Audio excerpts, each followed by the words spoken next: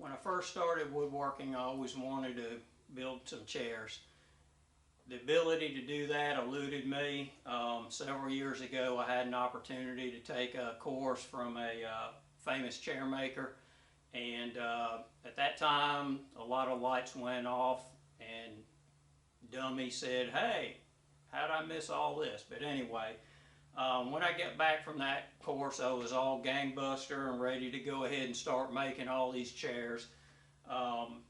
This is the first one I put together, trying to hold parts and everything. I managed to squeak out 6 of them. This is the first one I did. It's got some issues, but I just leave it down here in the shop. It's still a good chair to sit in. It's comfortable and all that. After getting through that process, I said, there's got to be a better way. So what I ended up doing is I made a jig that I could sit in to form the back to myself. Having done that, I came up with this chair. This is basically my first rocking chair design.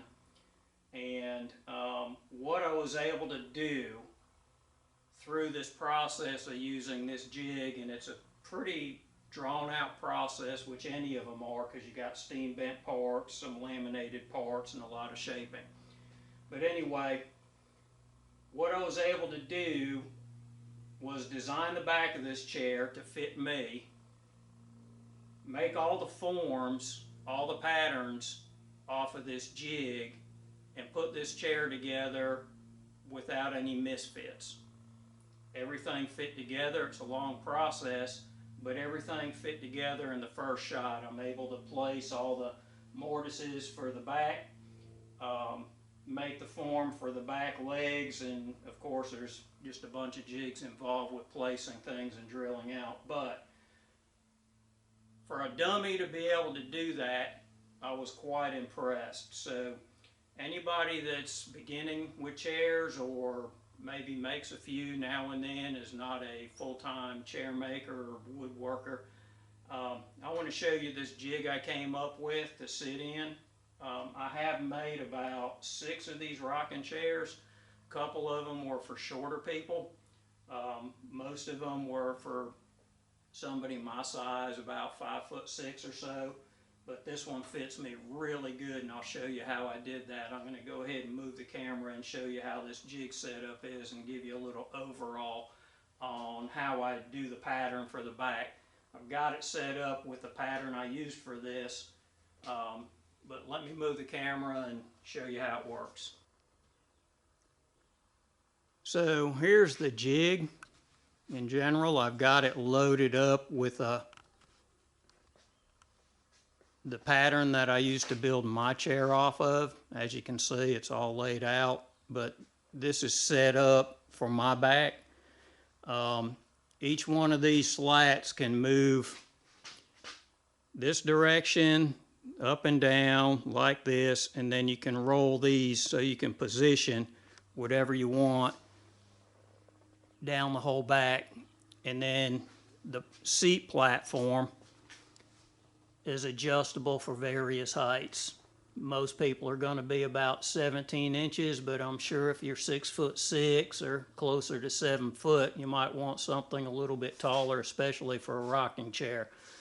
I've got a pin on the bottom here, and what that does, that pin right there pulls out so you can actually lean this back, I think 10-15 degrees, so you can actually feel how this is in a rocking chair position.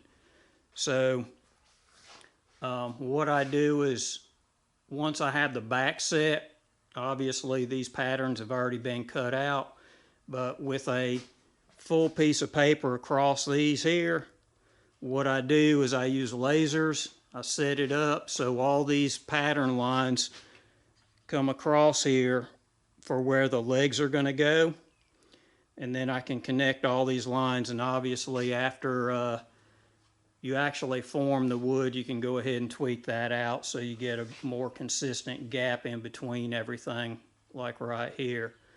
So what ends up happening from this, I end up with a pattern that I use right there. That pattern spots all of my mortises in the leg, and I also use that pattern to go ahead and make the form for the back leg, which here's another pattern to build the form off of. So with all that, you can go ahead and build a rocking chair, place everything you need to, make your parts, measure everything, and you can build that chair. And I just use it for rocking chairs. I have not had the opportunity to use it to build any other kind of chairs, even though I would like to, but I'm the kind of person that, just to give you an idea, I've been working on that desk for well over a year. And in the back there, you see a case opening that I'm working on for my house. So on top of working a regular 40-hour-a-week job, I kind of stay a little bit busy with a lot of things. But if you're interested in this jig and want more information on how it works, let me know. Maybe I can help you out. But it definitely simplifies being able to form the back of any chair. So I hope I sparked some interest in some chair making. If you want any more information on this, I'll help you out as much as I can. You can copy how this is built. I used hickory on this. It's real heavy, but that's what I had laying around. I'm sure you can use something else that would work a little bit better and be a little lighter, but it works for me. And I appreciate you watching, and we'll see you on the next video.